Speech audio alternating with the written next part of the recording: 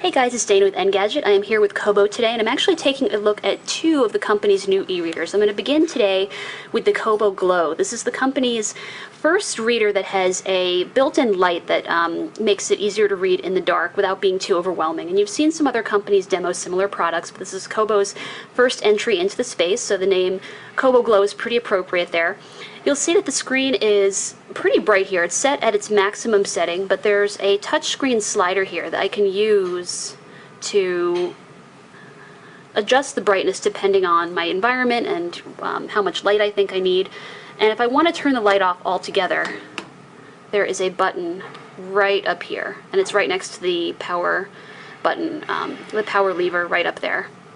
You'll see here that it is appreciably brighter when you turn the brightness up, but it's not overwhelming the way it would be looking at a cell phone, let's say, in the dark. It's a little bit less distracting.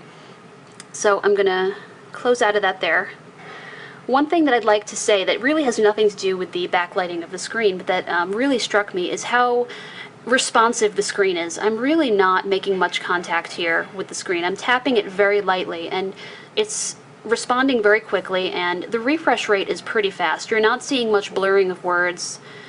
You're very quick to get back to whatever it is you were reading. And actually, Kobo says that's because the company moved to a 1 gigahertz Freescale processor inside, up from an 800 megahertz processor in previous products, and the difference is appreciable, I would say. Looking at the industrial design, it's classic Kobo here in the sense that it's a soft touch back. You've got these crisscross lines here, and it's definitely very comfortable to hold. This is a 6-inch reader, I should say, and it also has a higher resolution than it did last time. It's 1024 by 758, so it's a higher pixel density than before, and as you can see, I hope, from this video here, it actually is a pretty crisp screen. It's definitely readable, and it was readable even for me from a few feet further away, and I'm nearsighted, so that's a vote of confidence there. I want to set this down for just a minute. I want to show you one other e-reader from Kobo. This was also just recently announced. I'm going to bring in the Kobo Mini, appropriately named because it has a 5-inch screen compared to the 6-inch screen here.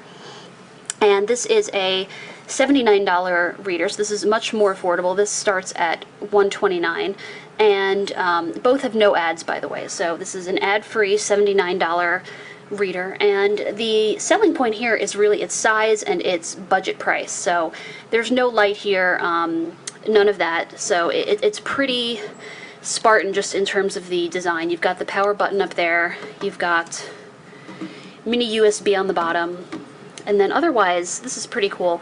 This has a removable back. Red is one of the colors you can buy separately. Actually, if you were going to get the white version, it would have a silver back, and likewise, if you were going to get the black version, it would have a black back. But there's going to be 3 separate, more colorful options, and this is my favorite.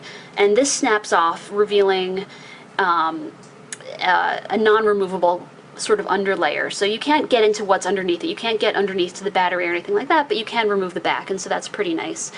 You'll see that it is similar in design, as I said, to other Kobo products. It's a little bit less soft than this finish. It's a little bit harder, but it still is surprisingly soft. This is not just cold, hard plastic. It has a little bit more of a satiny feel to it.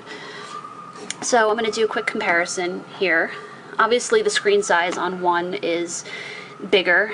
The screen is equally responsive here. Again, I'm not bearing down hard with my fingers. I'm just tapping. The refresh rate is a tiny bit slower. That's because this does have an 800 megahertz processor versus 1 gigahertz. The difference is noticeable, but it's subtle, and it's definitely, I think, something you can deal with, especially if you're paying $50 less for this reader here. And both will be available next month, October, so take a look out for those. The Kobo Mini for $79 and the Kobo Glow for $129. Thanks a lot. Bye-bye.